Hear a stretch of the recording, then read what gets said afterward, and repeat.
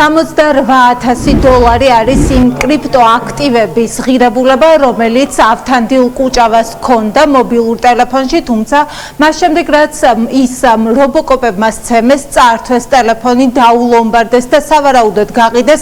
ამის შემდეგ მას წვდომა აღარ აქვს აღარც ტელეფონზე, აღარც iCloud-ზე და შესაბამისად არც კრიპტოაქტივებზე. როგორც ბიზნესმენი ჩვენთან საუბარში ამბობს, გუშინ გადაეწურა იმედი კრიპტოაქტივების დაბრუნების, როდესაც აღმოაჩინა, რომ iCloud-ის პროგრამა სრულად არის წაშლილი, ტელეფონში ყველა პროგრამა ხელახლა არის ჩაპროგრამებული და ამ კრიპტოაქტივებზე ახლა მას წვდომა საერთოდ დაკარგა. შესაბამისად, ამ მოცემულობით მან დაკარგა $68,000. თუმცა როგორც კუჭავა ჩვენთან ამბობს, ამ აქტივების ღირებულება მომდევნო თვეებში გაცილებით მეტი იქნებოდა და დაახლოებით $500,000 ნახავდა ის მოგებას, თუმცა ამბობს, რომ ამაზე ახლა მას წვდომა საერთოდ აღარ ექნება.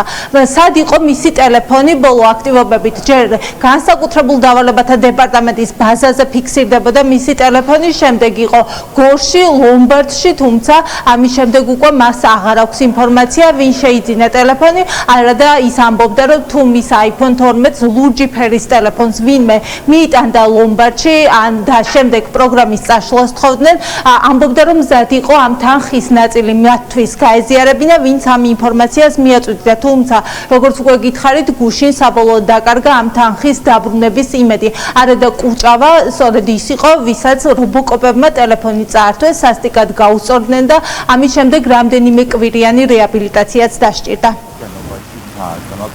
ამ ეტაპზე მე რაც მქონდა ინვესტირებული კრიპტოაქტივებში იყო $53,000 თუ $55,000-მდე არის თვითონ კრიპტოაქტივებში, ანუ altcoin-ებში და $12,000 USDT არის სტაბილური coin-ი რა, კიდე შესაძლებლად მქონდა გამზადებული და მაგის გარდა კიდე იანვარში ზრდები იქნება პირობითად რა, რასაც მე ველოდები.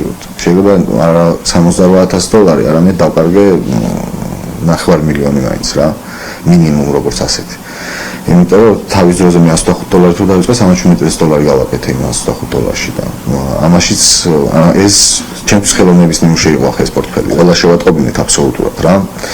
შიდა გზებითაც ვცდილობდით, რომ იქნებ ინფორმაცია მივაწვდომოთ, რომ ჯობია დააბრუნოს ეს მობილური, იმიტომ რომ გაცილებით მობილურზე არ იყო მათ საუბარი, ხა iPhone 13-ზე საერთოდ ახლა $600 რაღაცა იმაზე რა. და არ გაჭრა არაფერმა. აი ბოლო იყო 25 დღე იყო უკვე რო ვეძებდით მობილურს, მეტი აღარაფერი აღარ იყო დარჩენილი, პოლიცია არ აფშობოდა, პროკურატურა არ აფშობოდა, რა ვიცი, სპეციალური საგამოძიებო უწყება არც დღემდე არ ეკავს. ცხელ კვალზე შევატყობინეთ, განცხადებით ყველაფერი მივწერეთ, დღემდე არ ეკავს, მასალებსაც არ გვიგზავნის მაგალითად და მე იყო რომ უძილებული ვიყავით საჯაროდ დაგვედგა უკვე ჯილდო გამოგვეცხადებინა რა, სხვა აზრი არ ქონდა, იმიტომ რომ არავინ არის გამკეთებელი არ იყო. როგორც ბიზნესმენი ამბობს, მის ქონების დაკარგვასთან დაკავშირებით და ამ საფრთხესთან დაკავშირებით ყველა სახელმწიფო უწყება საქმის კურსში ჩააყენა, თუმცა ამ დრომდე მას არავინ არ დაკავშირებია, მათ შორის არც კაციტაძის უწყება, რომელიც სწორედ პოლიციელების მხრიდან გადაცდომებს იკვლევს.